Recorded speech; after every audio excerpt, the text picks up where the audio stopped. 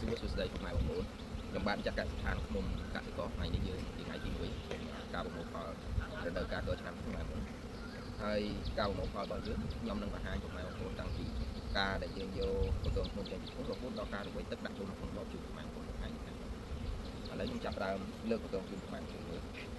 ហើយខ្មុំរបស់យើងនេះគឺយើងប្រមូលផលបានតែម្ដងពុកម៉ែបងប្អូនក្នុងឆ្នាំនេះ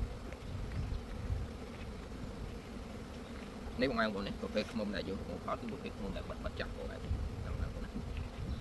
មកចាំមកនេះខ្ញុំយកទៅដាក់នៅក្នុងនេះបងប្អូនអញ្ចឹងយើងយកទៅដាក់នៅក្នុងធុងដាក់ធុងឈើនៅក្នុងនោះបងចាប់អស់នេះបងប្អូនខ្មុំគឺប្រភេទខ្មុំល្អបែបនេះបងប្អូន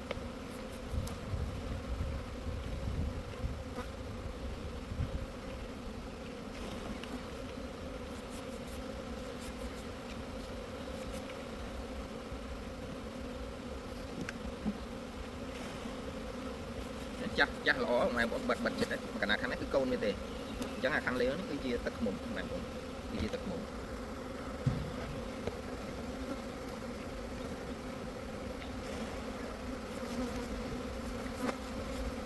នៅពេលដែលយើងប្រមូលផលទឹកខ្មុំចាស់បន្តចាស់ទឹកខ្មុំរបស់យើងគុណភាពពិសេស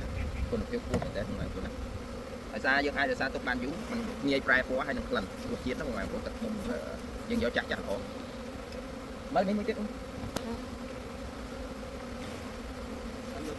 នេះអានេះយកតាកុំទៅកាត់ដាក់បំផ្លាញអូមកទិញអូ